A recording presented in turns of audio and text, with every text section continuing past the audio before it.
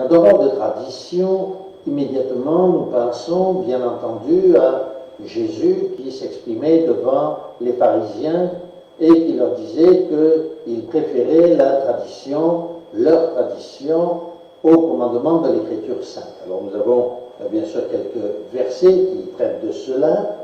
Par exemple dans Matthieu au chapitre 15, verset 2, les pharisiens posent la question à Jésus en lui disant « Pourquoi tes disciples transgressent-ils la tradition des anciens, car ils ne se lavent pas les mains quand ils prennent les repas ?» Et nous connaissons la réponse de Jésus qui leur dit « Et vous, pourquoi transgressez-vous le commandement de Dieu au profit de votre tradition ?» Et nous notons quelques versets plus loin, au verset 6, la parole de Jésus qui ajoute « Vous annulez ainsi la parole de Dieu au profit de votre tradition. » Le Seigneur ne dit pas que la tradition des anciens était mauvaise, ce n'est pas cela. Ce qu'il dit, c'est que les pharisiens, dans leur pharisianisme, annulaient les commandements de Dieu au profit de leur tradition.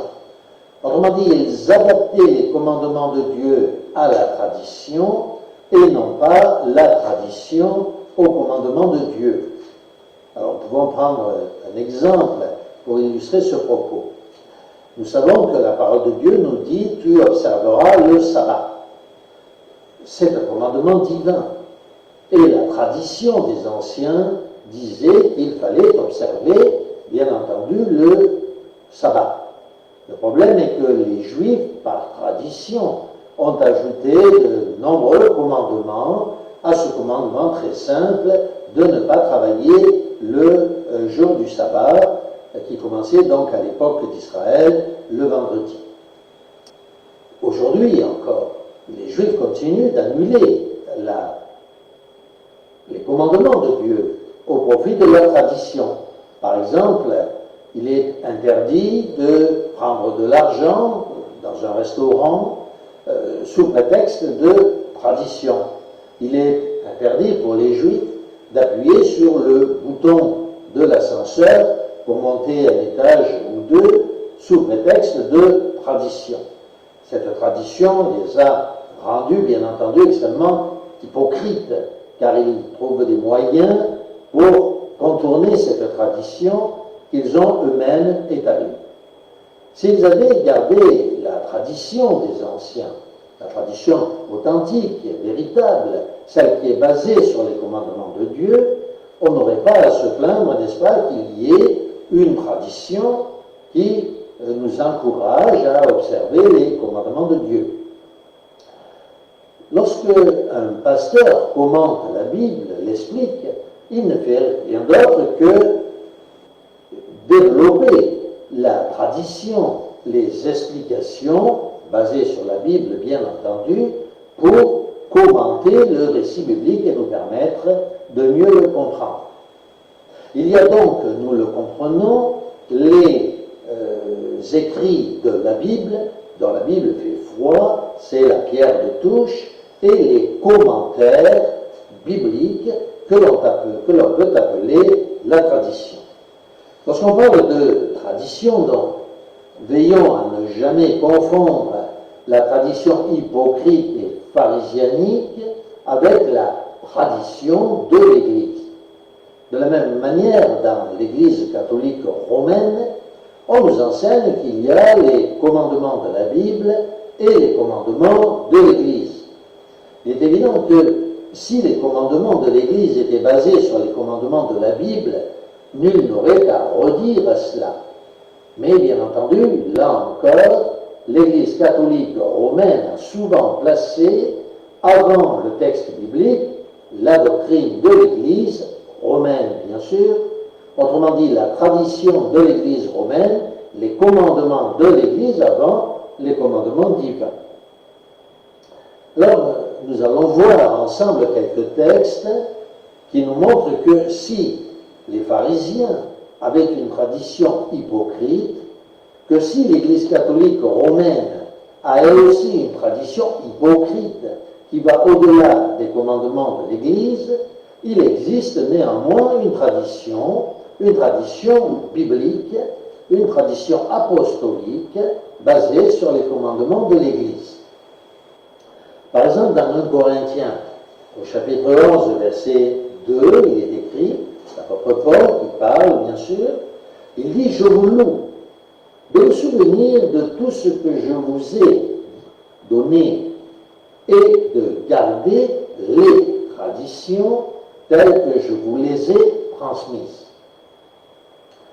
De la même manière, dans la deuxième lettre qu'il écrivit aux Thessaloniciens, l'apôtre Paul écrit « Ainsi donc, frères, demeurez fermes et retenez les traditions que vous avez reçues, soit par notre parole, soit par notre lettre. » Alors qu'il s'agit bien du mot tradition ici, nous en avons la preuve, puisque le mot grec est paradosis.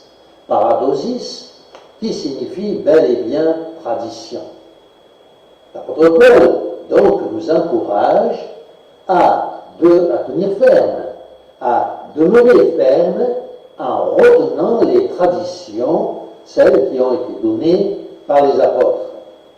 Autrement dit, les explications, les commentaires de la vie de notre Seigneur Jésus-Christ qui ont été donnés par les apôtres. Au chapitre 2, toujours de Thessaloniciens, verset 5, l'apôtre Paul écrit « Ne vous souvenez-vous pas que je vous disais ces choses lorsque j'étais encore chez vous ?» Et lorsqu'il écrit aux Corinthiens, il écrit « Je vous loue », donc chrétien de Corinthe, « Je vous loue de ce que vous vous souvenez de moi à tous égards et de ce que vous retenez mes instructions, autrement dit, la tradition telle que je vous l'ai donnée. » Les traditions apostoliques, la tradition apostolique, autrement dit, les commandements apostoliques, les commandements bibliques, qui sont soutenus par les commentaires exacts, fidèles, donnés par les fidèles serviteurs, par les pasteurs fidèles du premier siècle, par tous ces premiers chrétiens qui vivaient au 1er, 2e siècle, qui ont écrit aussi des lettres, des livres qui ne sont pas la Bible, correspond à la tradition chrétienne telle qu'elle était enseignée au 1er siècle.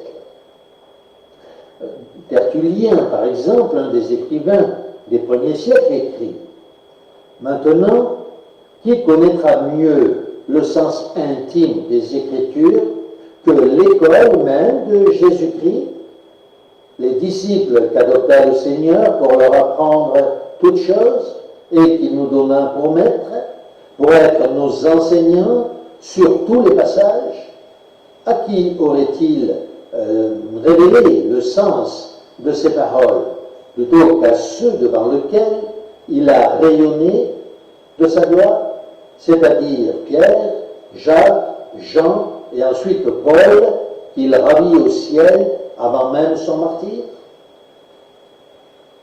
Oui, il est évident que plus nous remontons dans le temps, plus nous remontons le temps pour aller jusqu'à la source même. Bien sûr, la tradition la plus exacte, la plus fidèle, c'est celle des apôtres. Les 12 apôtres qui ont écrit, bien sûr, eux-mêmes, ce que nous lisons mentionné dans l'Écriture. Mais les apôtres ont imposé les mains sur les pasteurs qu'ils ont établis. Nous nous souvenons, n'est-ce pas, lorsque l'apôtre Paul disait à Timothée, établis des pasteurs dans les églises dans lesquelles tu vas passer.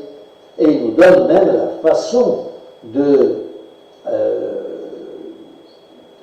nominer ces pasteurs. Il dit à Timothée ainsi qu'à Tite, si tu trouves des hommes fidèles.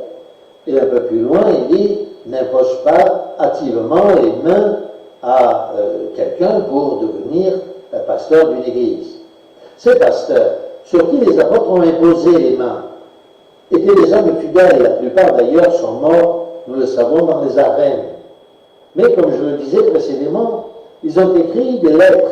Ces lettres qui, d'ailleurs, au 1er siècle, étaient étudiées en plus de la Bible, d'église en église. On se faisait passer ces lettres d'une église à l'autre, et l'église tout entière les étudiait et s'encourageait. Commenter à travers ces lettres les passages de l'Écriture sainte. Oui, la tradition du 1er siècle existe toujours. Elle est mentionnée dans ces lettres, noir sur blanc, dans ces livres qui ont existé au 1er siècle et que nous avons la possibilité encore aujourd'hui de lire. Alors soyons bien assurés qu'il ne s'agit pas de la Bible. La Bible, nous en connaissons les écrits, c'est la pierre de touche, mais parfois nous devons reconnaître qu'il est difficile d'interpréter un passage de l'Écriture sainte, surtout si nous avons été manipulés ou trompés par une secte à laquelle nous appartenons ou nous avons appartenu dans le passé. Eh bien, revenir aux écrits de ces tout premiers chrétiens, Polycarpe, Hermas, Linus, Clément, dont l'apôtre Paul dit lui-même que son nom est écrit dans le livre de vie, Tertullien, tous ces écrivains des premiers siècles, tout premier siècle, à l'époque où l'Église était encore fidèle, constituent la tradition de l'Église. Et nous avons nécessité d'étudier cette tradition telle qu'ils nous l'ont transmise, en même temps que nous étudions, bien entendu, l'Écriture sainte, commentée, expliquée, non pas par des pasteurs récents qui disent parfois n'importe quoi, mais par des hommes fidèles, ayant vécu au 1er siècle et qui ont donné leur vie pour le Seigneur dans les arènes ou à travers le feu, à une époque où l'Église était fidèle. Nous vous encourageons donc à bien étudier la tradition apostolique, non pas la tradition pharisienne, comme nous le disions au début de cet exposé, ou les traditions des églises catholiques, ou même les traditions d'églises protestantes vivantes aujourd'hui, qui n'appellent pas leur tradition mais enseignement, mais plutôt la tradition des écrivains des premiers siècles.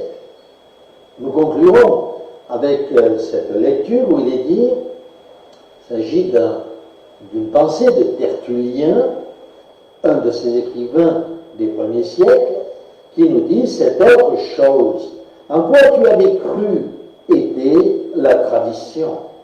Or, cette tradition était la vérité, puisqu'elle était transmise par ceux qui avaient qualité pour la transmettre. Ainsi, en rayant cette tradition, c'est la vérité que tu as rayée. Tu n'avais aucun droit de le faire. Et puis, je rappellerai cette pensée rapidement.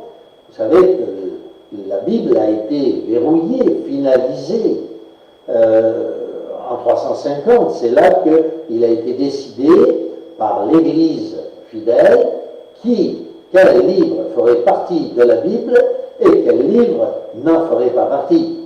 Donc, avant que cette Bible ne soit fixée, que le canon biblique ne soit fixé, les écrits apostoliques, les écrits qui en constituent aujourd'hui le fondement, étaient la tradition apostolique.